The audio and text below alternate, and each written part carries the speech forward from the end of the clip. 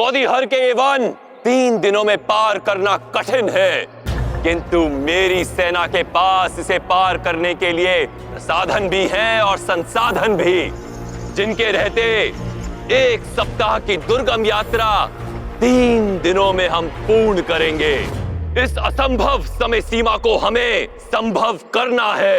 इसके लिए अब हम ना कहीं रुकेंगे और ना ही विश्राम करेंगे, निरंतर बढ़ते रहेंगे और 3 दिनों में हम सेल्यूकस से मिलेंगे, जिसकी सेना वन के उस ओर हमारी प्रतीक्षा कर रही है। मगध की आन, हमारी शान, मगध की शान, देंगे मगध के लिए प्राण। मगध की शान हमारी आन, मगध के लिए देंगे प्राण। चलो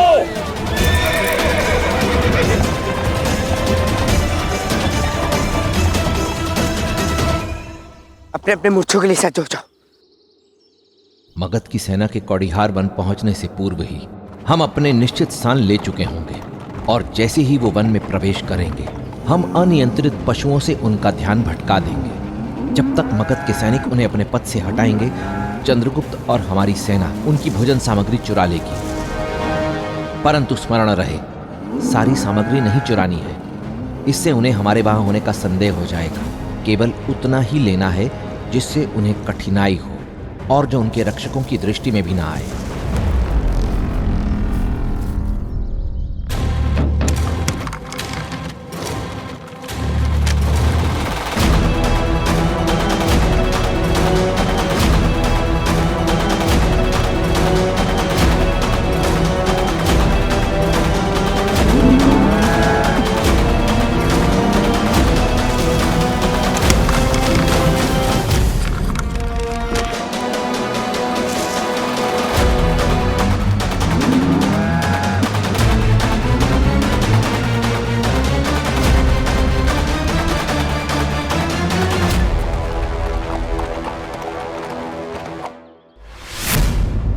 अद्भुत!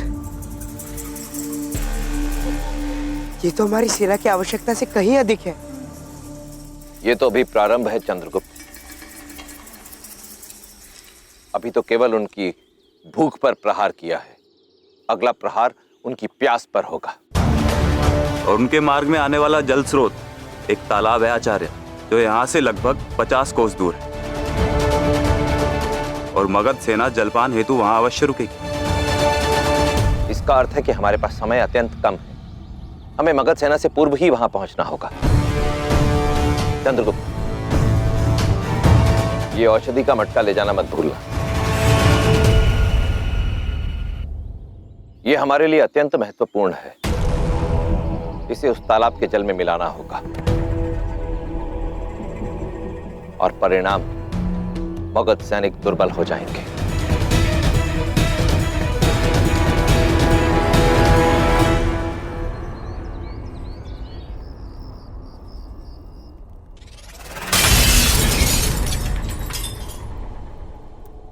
मौन रहो, व्यर्थ की बातें मत करो। ऐसे किसी के भी विषय में मनगढ़ंत कहानियां बनाना उचित नहीं है। चंद्रगुप्त पिपलीवान का राजकुमार कैसे हो सकता है? वो एक दास है, एक साधारण सा दास, समझी? और वो मेरे साथ, सम्राट के साथ, हम सबके साथ इतना बड़ा विश्वासघात नहीं कर सकता, कभी नहीं। आपके क्रोध, आपकी कुंठा और आपके आहत विश्वास का अनुभव है मुझे राजकुमारी, और मैं जानती हूँ कि सत्य आपके लिए कटु है, किंतु मेरा विश्वास कीजिए, यही सत्य है।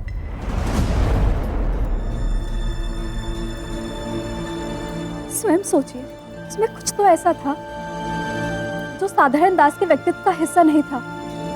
स्मरण कीजिए किस प्रकार उसने सिंह को मात दी थी।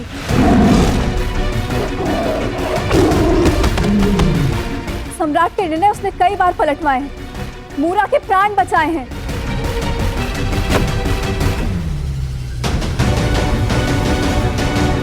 और सम्राट माते से अधिक विश्वास करने लगे थे उस पे। राजचित, मैं जानता हूं ये किसने किया है। आपके प्रिय दास चंद्रगुप्त ने। हाँ महिम, मैं सेनापति भद्रसाल की बात से सहमत हूँ। मुझे तुम लोगों की संकीर्ण विचारधारा पर खेद है। संसार में कुछ भी अहित हो जाए, तुम लोगों के लिए केवल वो दास ही है जो एक कारण है। मेरी माँ, आपकी दाई माँ, उन्हें तो भली भांति जानती है ना। पूरे मगध में उनकी स्वामी भक्ति और निष्ठा पे कोई संदेह नहीं करता।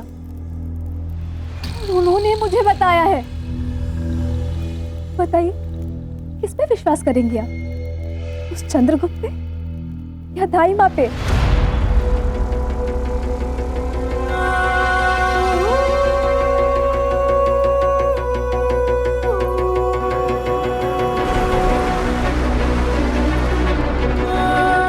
यही सत्य है राजकुमारी। चंद्रगुप्त ने हम सभी के साथ छल किया है, क्योंकि पीपली वन का राजकुमार मगध सम्राट से अपने राज के विध्वंस का प्रतिकार लेना चाहता है, और इसके अतिरिक्त कुछ भी नहीं। मुझे अपना कर्तव्य ज्ञात है राजकुमारी जी, किंतु इस समय और भी कई ऐसे लोग हैं जिन्हें मेरी आपसे अधिक आवश्यकता है, जिनकी रक्षा करना भी मेरा ही दायित्व है।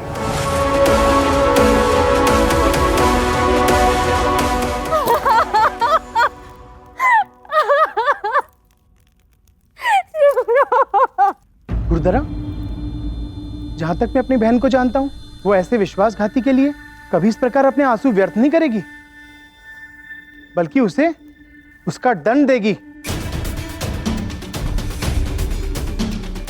सही कह रहे हैं आप गोवी भैया।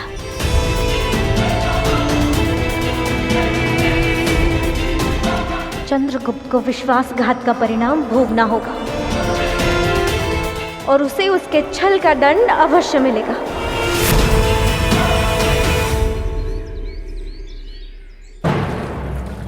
ये औषधि मिला जल ग्रहण करने वाले मनुष्य को इसके प्रभाव से निद्रा आएगी और वो मूर्छित हो जाएगा।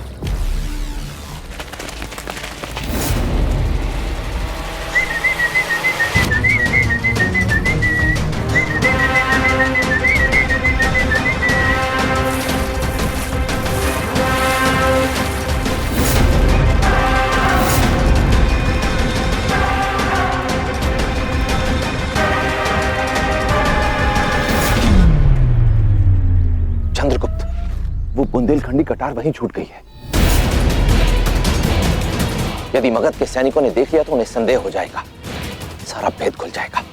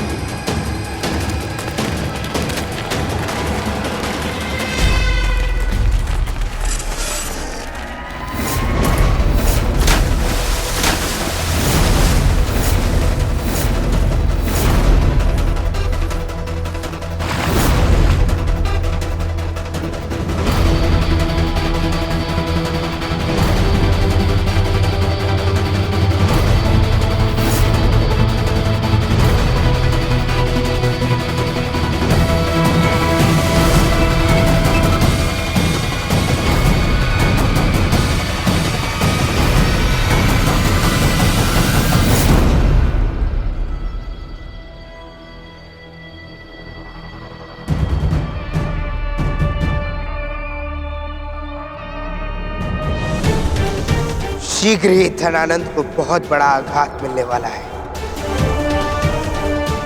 अब उसकी सेना के पास ना खाने को भोजन होगा और ना ही पीने को जल।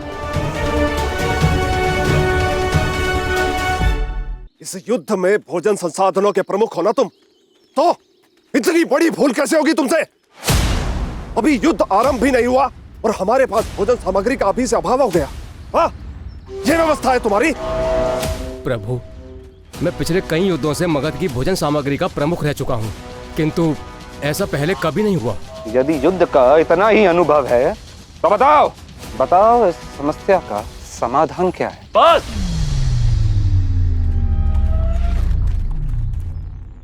भोजन नहीं है तो सेना को पत्थर खिलाओ या जल पिलाओ,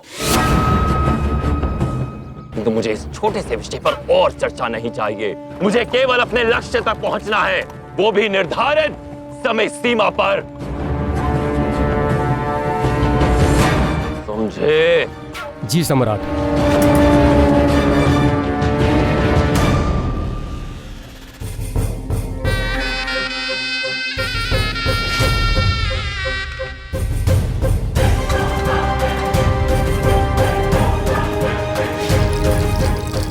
सेना के लिए भोजन सामग्री कम कैसे पड़ सकती है? प्रतीत होता है कुछ तो अवश्य अनुचित हुआ है। उस क्षत्रिय सेना में चाणक्य नहीं था?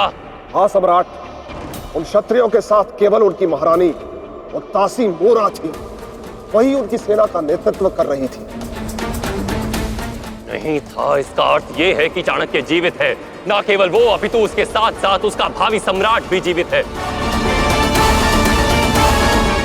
मैं पिछले कई युद्धों से मगध की भोजन सामग्री का प्रमुख रह चुका हूँ, किंतु ऐसा पहले कभी नहीं हुआ।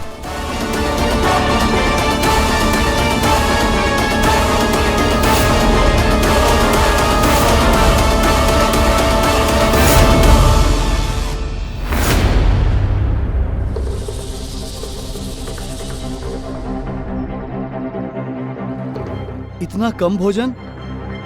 एक भूखी सेना इतना बड़ा युद्ध कैसे लड़ेगी? क्षमा करें साथियों, भोजन सामग्री का अभाव हो गया है। कृपया कर इतने भोजन में ही संतोष करें, किंतु फिर भी आप लोगों को तृप्ति ना हो तो ये जल पीकर अपना पेट भर सकते हैं। रुको! ये जल कोई ग्रहण नहीं करेगा। माँ भाई, क्या हुआ? अवश्य इस जल में किसी ने कुछ मिलाया है।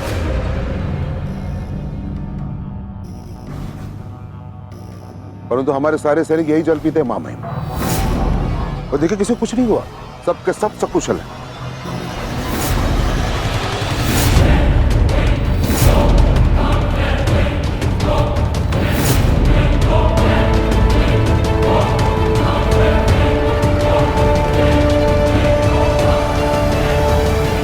कोई वैद्य को बुलाओ।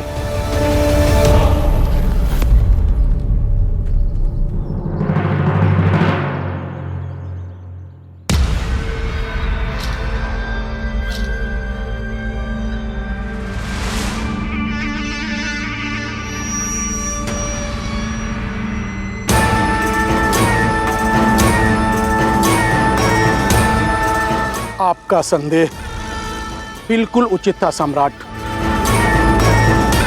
जल में किसी ने मूर्छित करने वाली औषधि डाल दी थी। परंतु ये कैसे संभव है? ये वन के तालाब का शुद्ध जल है। महामात्य, हमें एकांत में चर्चा करनी चाहिए। जी मामाई। मगध सेना की मूर्छा टूटने में और उन्हें पुनः कूच करने में अभी समय लगेगा। इसी समय का हमें लाभ उठाना है। उनसे बहुत आगे निकलना होगा, लगभग 10 कोस। ये झाड़ियों से होकर जाता रास्ता, हम इन्हीं से आगे जाएंगे और अपनी आगे की योजना पर कार्य करेंगे।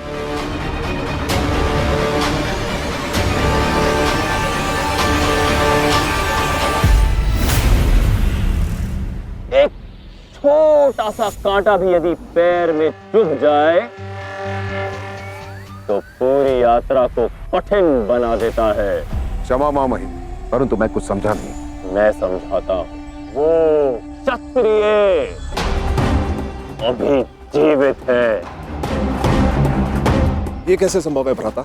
असंभव तो कुछ भी नहीं होता जेश, और विशेषकर तब जब आपका शत्रु वो कुटिल ब्राह्मण चाणक्य हो। हमारी भोजन सामग्री कम हुई नहीं, उसे किया गया। इस वन के तालाब में औषधि भी उसी ने मिलाई ताकि हमारी सेना मूर्छित हो जाए। और ये कार्य वो अकेला तो नहीं कर सकता। फिर तो हमें तुरंत चारों ओर वन में फैलकर चाणक्य और उन धूर्त क्षत्रियों को मार देना चाहिए सम्राट। मैं इनके कथन से सहमत हूं माँ महिम।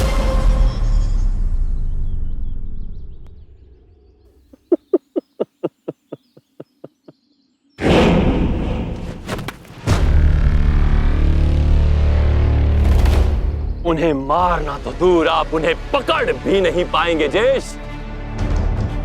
पिपलीवन के क्षत्रिय छापामार युद्ध में पारंगत है। हमें कोई सुदृढ़ योजना बनानी होगी। तो हमें क्या करना चाहिए सम्राट?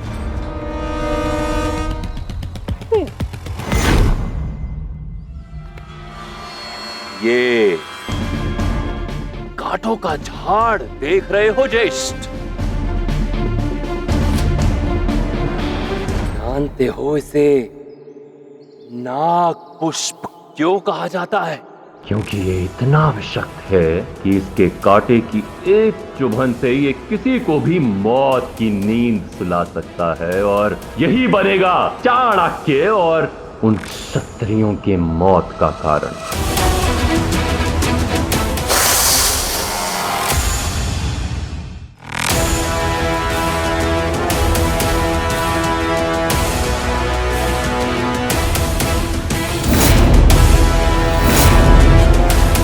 रुकिए राजकुमार। क्या हुआ बलदेव? कोई समस्या है क्या? ये देखिए, ये झाड़ी यहाँ कैसे? ये तो केवल किसी जल स्रोत के पास पाई जाती है और यहाँ कोई जल स्रोत है नहीं, तो फिर ये यहाँ क्या कर रही है? तो इस झाड़ी के यहाँ होने से इतना विचलित क्यों? ये कोई साधारण सी झाड़ी नहीं है आचार्य, ये नाग पुष्प की झाड़ी है। इसके कांटे की बारीक सी नोक भी एक व्यक्ति के अंत का कारण बन सकती है।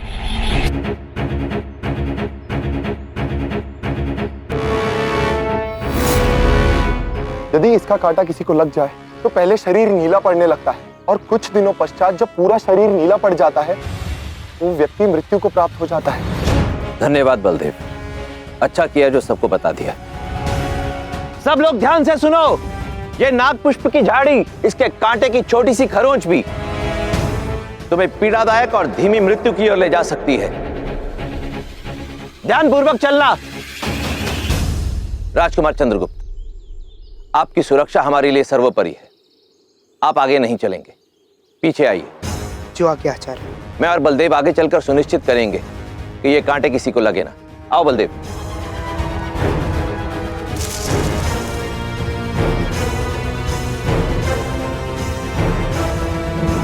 जैसे ही सैनिकों की मूर्छा टूटे उन्हें कूच करने का आदेश दे देना, तब तक शेष सेना नहीं रुकेगी। हमें शीघ्र ही अपने लक्ष्य तक पहुंचना है। अब इस वन में उन क्षत्रियों को ढूंढने की कोई आवश्यकता नहीं महामाते। शीघ्र ही मृत्यु का कांटा उन्हें ऐसा घाव देगा जो उन्हें सदा सदा के लिए शांत कर देगा। और उस मूर्ख ब्राह्मण चाणक्य ने जिसे भी मेरे विरुद्ध खड़ा किया है उसे भी मृत्यु की गोद में सुला देगा।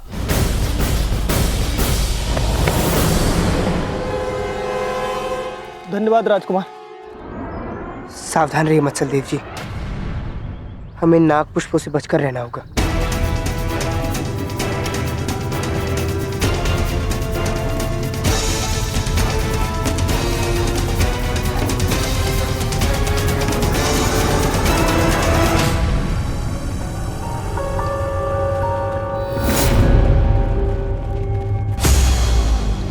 यदि इसका कांटा किसी को लग जाए तो पहले शरीर नीला पड़ने लगता है और कुछ दिनों पश्चात जब पूरा शरीर नीला पड़ जाता है वो व्यक्ति मृत्यु को प्राप्त हो जाता है।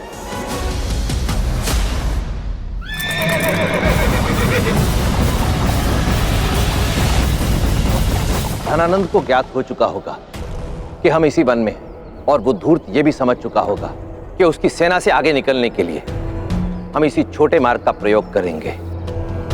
और ये उसे ज्ञात होगा ही कि इस छोटे मार्ग में ये विषैले नागपुष्प के पौधे भी हैं। अब हम सबके समक्ष चुनौती केवल एक है, धनानंद के इस दाव को विफल करना। हमें शीघ्रातिशीघ्र स्वयं को सुरक्षित रखते हुए धनानंद से आगे चलना होगा ताकि उससे एक कदम आगे रह सके। अपनी सेना के मनोबल के लिए मुझे केवल अपने शत्रु से ही नहीं बल्कि इस विष से भी लड़ना होगा। ये युद्ध पूर्ण होने तक मुझे एक घाव सबसे छिपाना होगा।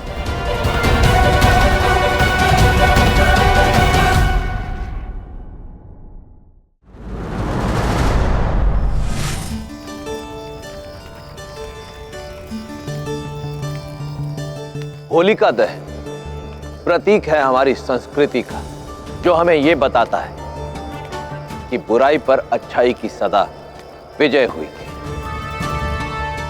परंतु इस प्रथा में एक गूढ़ रहस्य भी छिपा है। होलिका के पास अग्नि में ना जलने का वरदान था, फिर भी वो अग्नि में जलकर स्वाहा हो गई। और प्रहलाद, उसका बाल भी बांका नहीं हुआ। कारण प्रहलाद के प्रयास और विश्वास दोनों अडिग थे। ऐसा नहीं है कि संसार में बुराई की विजय नहीं होती, होती है, परंतु केवल उन पर जो अपने कर्म में अटल नहीं होते। स्मरण रहे, यदि आपकी मंशा सच्ची है, प्रयास निरंतर और विश्वास अडिग है, तो भीषण से भीषण अग्नि भी आपको क्षति पहुंचाने की बजाय आपके शत्रु के अंत का कारण बन सकती है। नीतियां मेरी, नियति आपकी,